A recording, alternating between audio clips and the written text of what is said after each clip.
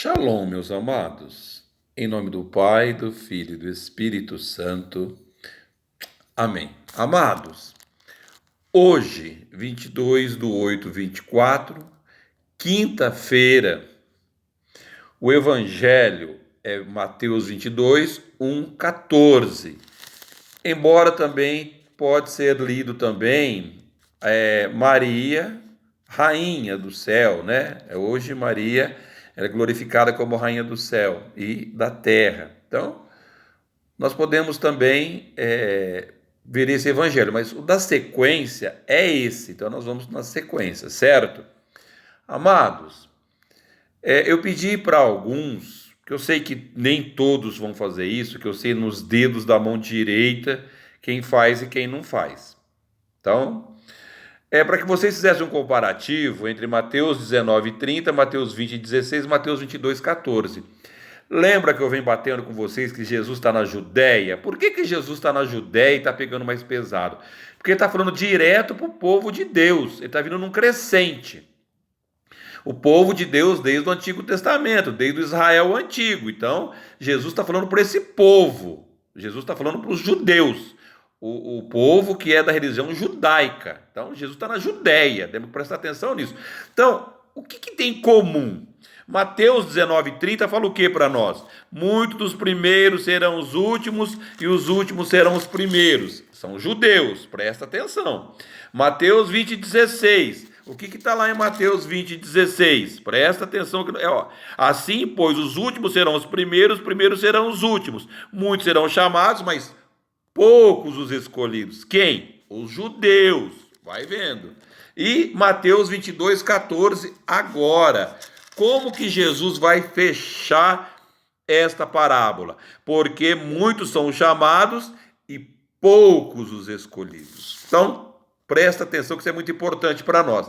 E eu quero fazer um adendo, que vocês voltem no ensinamento de ontem, eu esqueci, de Atos 26, 13 e 15. A conversão de Saulo foi ao meio-dia.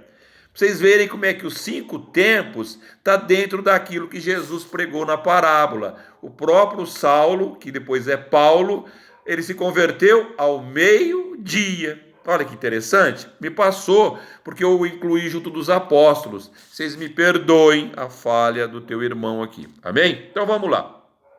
Mateus 22:1-14, quinta-feira, 22:8-24.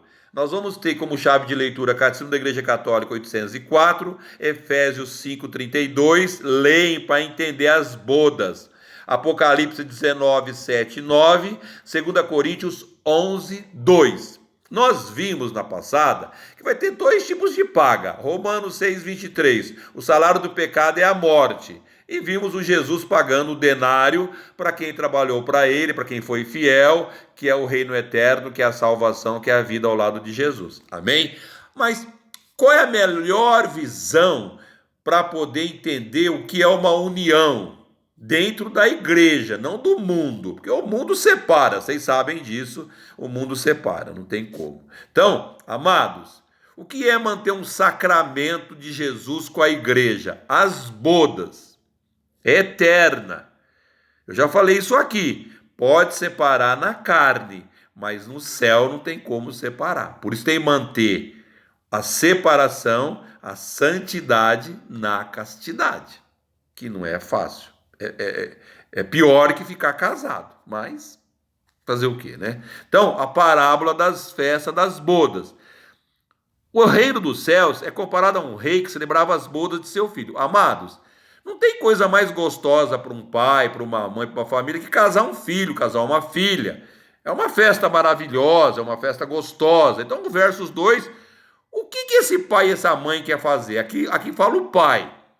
Ele quer chamar os convidados, os familiares, as pessoas mais próximas, e chama padrinho, e chama o doutor, e chama o fulano, e chama gente importante, e chama aquele amigo que mora fora. Aqui Deus fez a mesma coisa. Deus chamou para a festa das bodas do seu filho o povo mais chegado dele. Quem? O povo judeu, o povo dele, certo? E o que aconteceu de decepção? Os convidados, eles não quiseram vir. Eles não quiseram vir. Aí ele mandou uns outros, falou: pessoal, por favor, olha, o banquete está pronto. Eu já matei os boi, eu já matei os animais cevados, estão tudo morto. Vai perder tudo isso? Preparado. Vinde às bodas. O mesmo povo, judeu.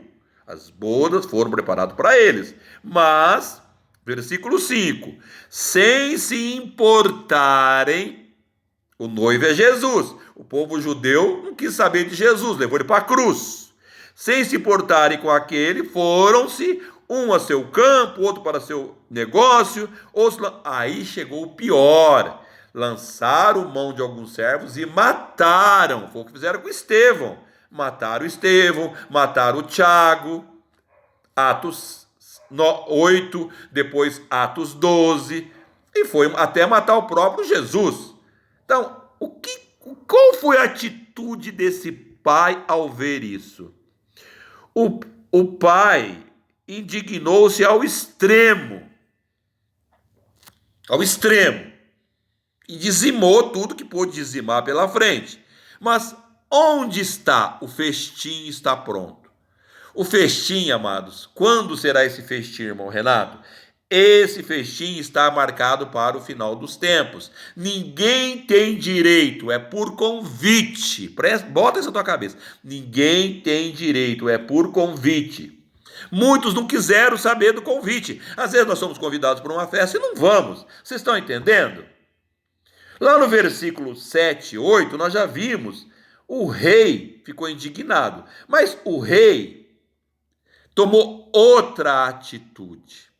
Como o festim está pronto, ides às encruzilhadas, nos piores lugares que vocês quiserem. Por isso que o irmão Renato está aqui.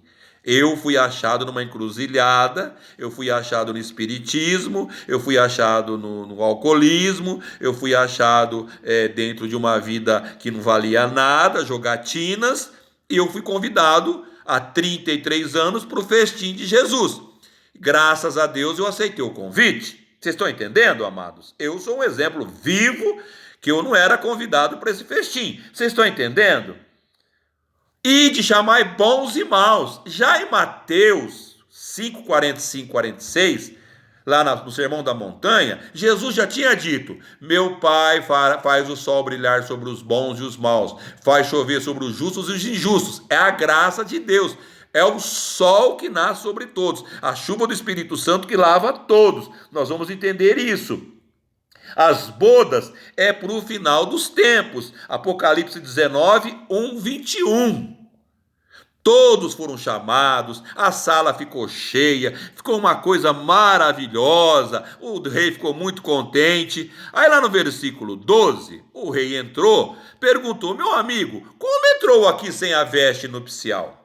A pergunta para nós é: qual veste nupcial? Amados, a veste nupcial que nos dá direito às bodas é o batismo. São 4 pontos. O batismo. Primeiro é o batismo. Presta atenção. Quem não for batizado não tem a roupa. Leia Apocalipse 6, 9 e 11. Vocês vão entender a roupa. Vocês estão entendendo? Mas não é só a roupa. Olha o que aconteceu. Meu amigo, como entraste aqui sem a veste nupcial? O homem não proferiu palavra alguma. Olha aqui outro problema. Nós vamos entrar no reino de Deus com palavras, com testemunhos e fatos.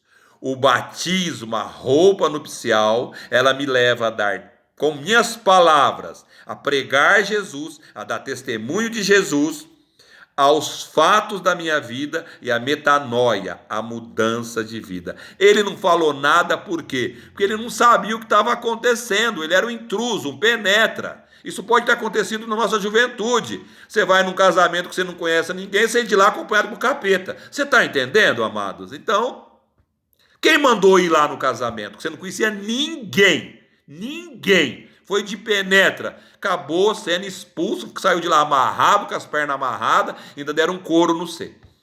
Você está entendendo? Por quê? Porque é penetra. Qual foi a atitude desse rei que ele estava encolerizado?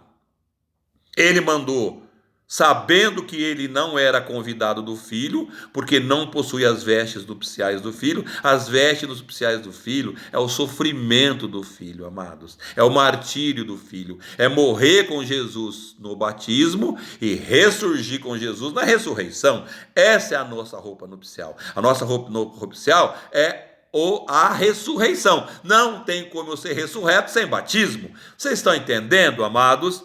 Fechando, amados, nós precisamos estar aptos a aceitar esse convite e prontos com a veste batismal. Não importa, nós não somos dignos, vou repetir, ninguém tem direito. Todos recebem o convite. O qual vai ser a aceitação do convite? O batismo, palavras, metanoia, testemunhos e fatos.